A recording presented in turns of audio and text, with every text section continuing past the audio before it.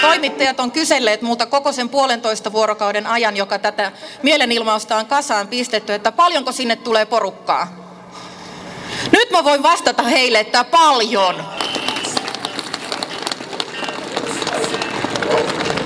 Ja sen takia tätä keskustelua on tärkeää käydä kaikkien niiden osapuolien kanssa, jotka sitä koulutyörauhaa rakentavat. On tärkeää nostaa esille, niin kuin jo on noussut, se, että mehän olemme samalla asialla. Niin vanhemmat, aikuiset yleensä yhteiskunnassa ja opettajat.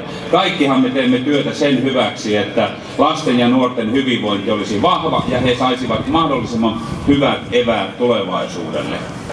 Hyvä Senaatin tori, meitä ei tänään kuuntele vain Senaatin tori, vaan meitä kuuntelee koko Suomi. Vastakkainasettelun aika on todellakin ohi. Se on ollut jo pitkään.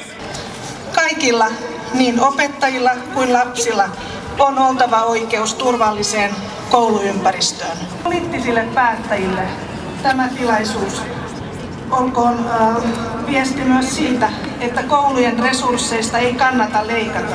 Meidän vanhempien mielestä kouluun kannattaa satsata. Olen Helvarin eli Helsingin vanhempien puolesta hyvin iloinen siitä, että täällä on näin paljon ihmisiä, opettajia, oppilaita, poliitikkoja. Opettajat tarvitsevat tukea työhönsä. Ryhmäkokoja pitää pienentää. Samat asiat, mitä tässä Tuija toi esiin, pienet ryhmät ja paljon aikuisia per lapsi, riippumatta siitä, millä asteella ollaan opiskelemassa. Ja myös siitä, että oppilaiden ja opiskelijoiden kanssa keskustellaan. Heidät otetaan yhteisöllisesti mukaan siihen, kun koulujen järjestyssääntöjä ja yhteisiä pelisääntöjä sovitaan ja rakennetaan.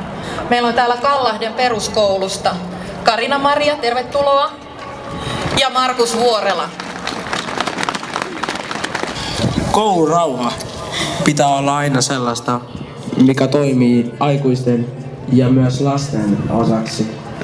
Jos opettaja tai lapsi ei käyttäydy sen arvoisesti, siitä tulee riitaa. Se ei toimi, jos molemmat eivät osaa olla sen arvoisesti. Hyvät opettajat, viime aikoina olen saanut huolestuttavia yhteydenottoja sekä kokeneilta että uusilta opettajilta. Uskaltaako tätä työtä enää tehdä?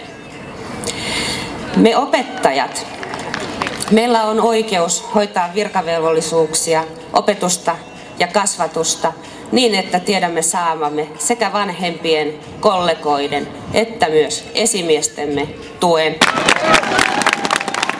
Ja asiat selvitetään asiallisesti, pikaisesti ja opettajaa kuunnellen.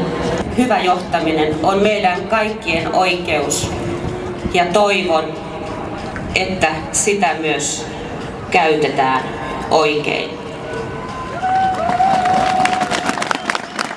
Tehdään vuosittain noin 400 ilmoitusta vaara- ja uhkatilanteesta. Tiedän, että Espoossa ja Vantaalla esimerkiksi ilmoittelu on huomattavasti aktiivisempaa. Näissä tilanteissa opettaja joutuu turvaamaan oppilaan omaa tai toisten oppilaiden työrauhaa tai turvallisuutta. Kun lasta tai nuorta joudutaan rajoittamaan rajussakin tilanteessa, opettajalle tulee näistä mustelmia naarmuja. Hyvin usein nämä tilanteet aiheuttavat pelkoa toisissa oppilaissa ja myöskin koulun henkilökunnassa. Yhteinen vastuu koko stadin kasvattaa!